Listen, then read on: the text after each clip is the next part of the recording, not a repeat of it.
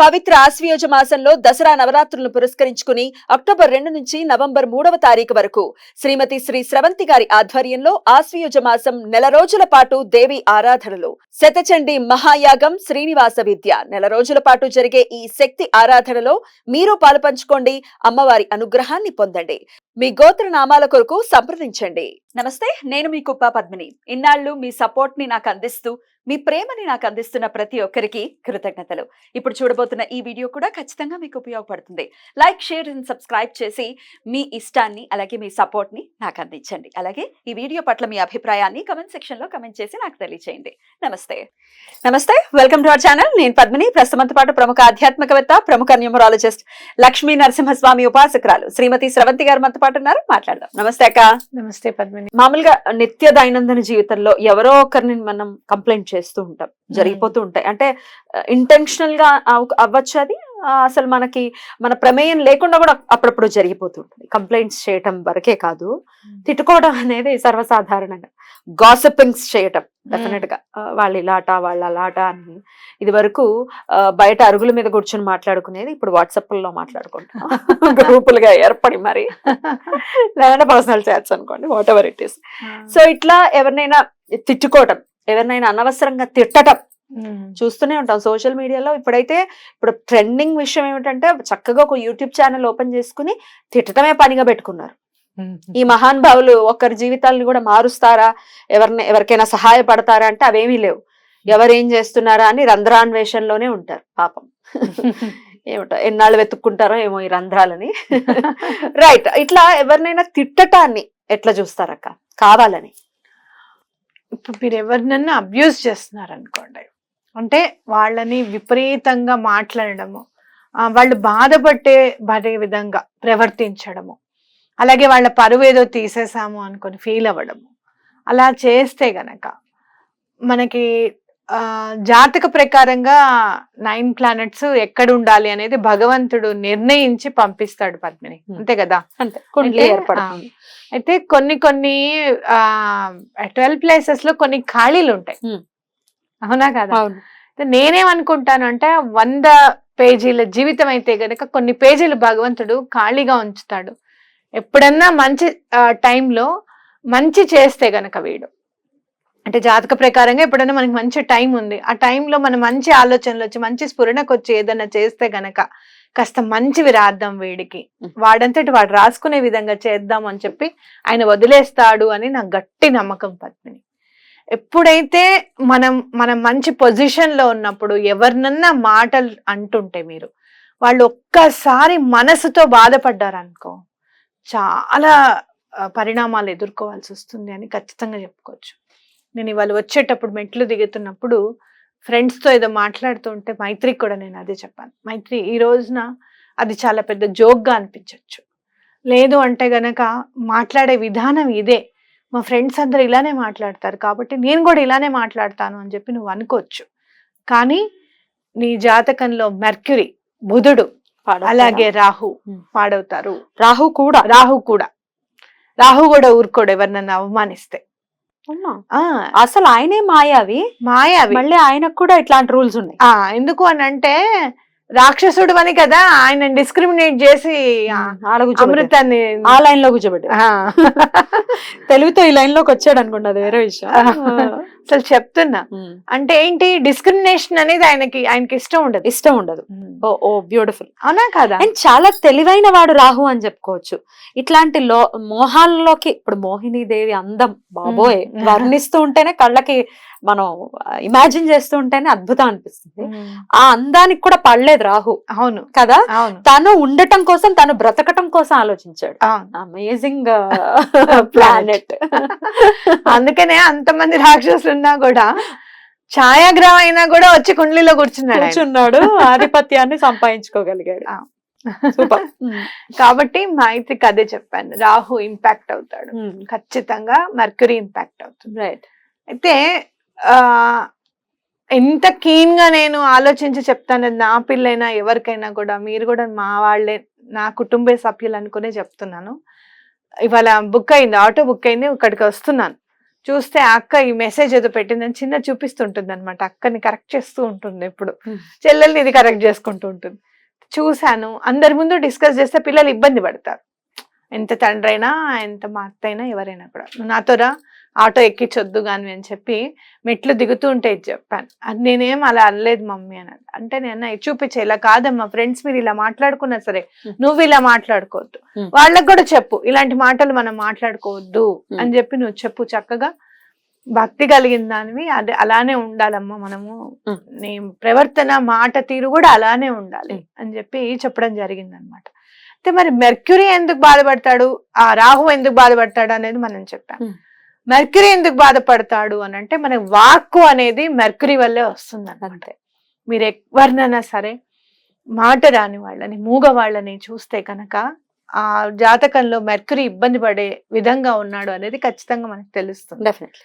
కాబట్టి ఎప్పుడైతే మీరు చూడండి వసకొమ్ము ఉంటుంది చూసారా, వసకొమ్ము అరగదీసి పెడతారు, సరస్వతి అమ్మ మంత్రం చదవమని చెప్పి చెప్తారనమాట, మాటలు రావడానికి.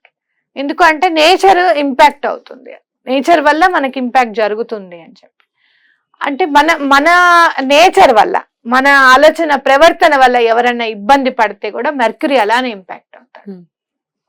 మీకున్న వాక్శుద్ధి వెళ్ళిపోతుంది. ఎవరైనా ఉపాసనా పరులు ఉండే కనుక, నేను యూట్యూబ్ లో ఉండే వాళ్ళని ప్రతి ఒక్కళ్ళని కూడా, ఇంతమంది ఎన్నో లక్షల మంది ఉన్నారు కదా, కొన్ని వేల మంది మాత్రమే ఎందుకు చెప్తున్నారు, అబ్బా చెప్పేవాడు ఎక్కువైపోయాడని మీరు అనుకుంటున్నారు, కానీ వినేవాళ్ళు చాలా మంది ఉన్నారు. చెప్పేవాళ్ళు వేల మందిలో ఉంటే వినేవాళ్ళు లక్షల్లో ఉండొచ్చు, కోట్లలో ఉన్నారు. మరి వాళ్ళందరికీ రాంది మీకు ఎందుకు వచ్చింది? వాక్శుద్ధి మీకుంది కాబట్టి, అమ్మవారి అనుగ్రహం మీకుంది కాబట్టి. దాన్ని మీరు కోల్పోతున్నారు, ఇంకోళ్ళు ఏం మిస్టేక్ చేస్తున్నారు అని చెప్పి. ఎవరైతే మిస్టేక్ చేస్తారో, ఎవరి వల్ల అయితే జనాలు ఇబ్బంది పడతారు, వాళ్ళందరినీ చూసుకోవడానికి అమ్మవారు ఉన్నారు. ఇలాంటి తప్పులు చేస్తున్నారు, మీరు ఇలాంటి వాటి జోలికి వెళ్లకుండా ఉండడం మంచిది అని చెప్పి చెప్పండి. అంతేగాని వాళ్ళని వెక్కిరిస్తూనో, లేకపోతే వాళ్ళ కాళ్ళు లాగుదామని చెప్పి లాగుతూ వాళ్ళని ట్రోల్ చేయడం అనేది అండి చూసారా, అలాంటివి చేస్తే ఏమవుతుంది తెలుసా, వాళ్ళ మనసు ఏదన్నా బాధపడింది అనుకోండి, వాళ్ళు ఎవరో ఒకళ్ళు భగవంతుడి మీద బాగా నమ్మిన వాళ్ళే ఉన్నారే అనుకోండి, అయ్యో ఇంత మాట అనేసారేంటి వీళ్ళని అని చెప్పి ఎవరికన్నా ప్రశ్నార్థకం వచ్చింది అనుకో, ఆ ప్రశ్నకి సమాధానం చాలా పెద్దగా రాయాల్సి వస్తుంది జీవితంలో. ఖచ్చితంగా నేను చెప్తాను, మాటే మంత్రము అని అన్నారు. అంటే ఏంటి, నీ మాట ఎంత మంత్రం లాగా ఉండాలి, నీ మాట పవర్ఫుల్, అవునా కదా, పవర్ఫుల్. మంత్రం ఎంతైతే స్వచ్ఛంగా ఉంటుందో అంత స్వచ్ఛత నీ మనసులో నుంచి రావాలి, అవునా కాదా? అలాంటప్పుడు నువ్వు ఎదుటి వాళ్ళని ఎవరినన్నా అంటూ ఉంటే వాళ్ళు బాధపడితే నీకెంత బాధ కలుగుతుంది అనేది ఆలోచించు. నువ్వు ఏదైతే ఇస్తావో అది తప్పకుండా నీ దగ్గరికి వస్తుంది. నువ్వు వెక్కిరిస్తే నువ్వు వెక్కిరించబడతావు. బ్రహ్మానందం ఉన్నారు ఒకళ్ళు, మీరు బ్రహ్మానందాలు అవ్వాల్సిన అవసరం, అంత నవ్వించాల్సిన అవసరం లేదు, నవ్వులు పాలవ్వాల్సి వస్తుంది. కాబట్టి మన జాతకంలో మెర్క్యూరీని చాలా జాగ్రత్తగా మనని పరిశీలిస్తూ ఉండే గ్రహాలు మెర్క్యూరీ, రాహు. మనం ఏమైనా చేస్తూ ఉంటే, మంచి చేస్తూ ఉంటే గనక అది చెయ్యకు ఇది చెయ్యి అని చెప్తూ ఉంటాడు.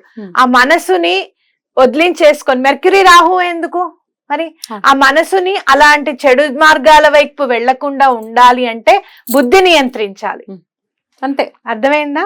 కాబట్టి మనం ఆ మనసుని గట్టిగా పట్టుకోవాలి, బుద్ధిని నియంత్రింపజేసుకొని మన మాట తీరు గాని మన ప్రవర్తన గాని కరెక్ట్ గా ఉంచితే ఈ రెండు బాగుంటాయి, అన్ని బాగుంటాయి. రైట్.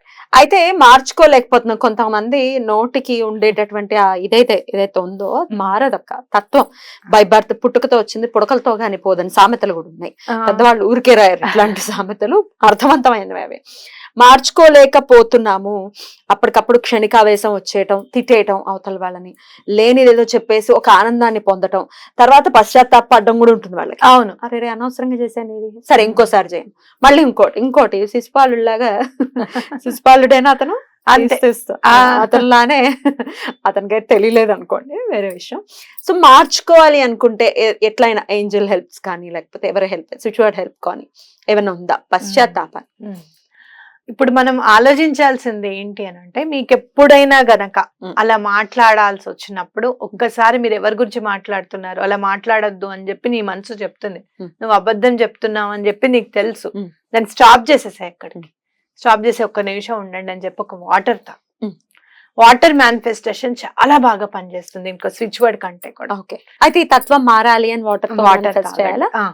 నేను ఇలా చెప్పకూడదు, నేను ఎవరి గురించి తప్పుగా మాట్లాడకూడదు. ఇప్పుడు మనం ఎవరైనా పిల్లల గురించి చెప్తున్నప్పుడు కూడా తిడుతూ ఉంటే కూడా చాలా మంది తల్లిదండ్రులు కొంచెం బూతులు మాట్లాడేస్తూ ఉంటారు, మాట్లాడకూడని మాటలు మాట్లాడుతూ ఉంటారు.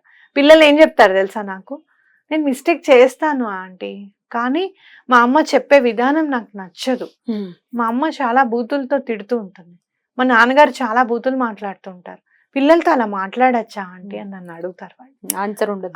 అప్పుడు నేను వాళ్ళకి చెప్తాను, అంతలా తిట్టకండి, ఒకవేళ అంతలా తిట్టాల్సి వస్తే గనక మీరు అక్కడి నుంచి వెళ్ళిపోండి, లేకపోతే ఒకసారి నువ్వు ఏదన్నా ఇది తీసుకురామ్మా అని చెప్పి పిల్లల్ని బయటికి పంపించండి, లేకపోతే మీరే అక్కడి నుంచి వెళ్ళండి, ఒక 10 నిమిషాలు ఆగి అప్పుడు కామ్గా ఉండండి, అంత గట్టిగా తిట్టకండి పిల్లల్ని అని చెప్పడం జరుగుతుంది అన్నమాట.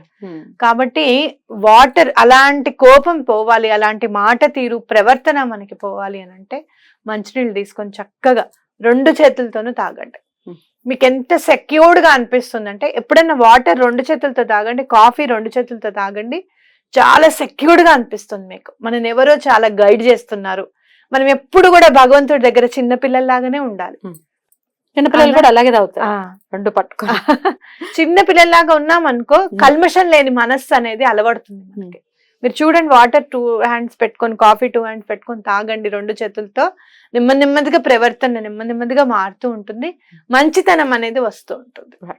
బ్యూటిఫుల్ అక్క. అయితే ఎవరైనా మిమ్మల్ని మాట అన్నారు, మీకు చాలా బాధ కలిగింది అని అంటే భగవంతుడికి చెప్పండి, స్వామి మాట తీరుతో నాకు చాలా బాధ కలిగింది. ఇష్టం కాదు, ప్రేమని పంచుదా.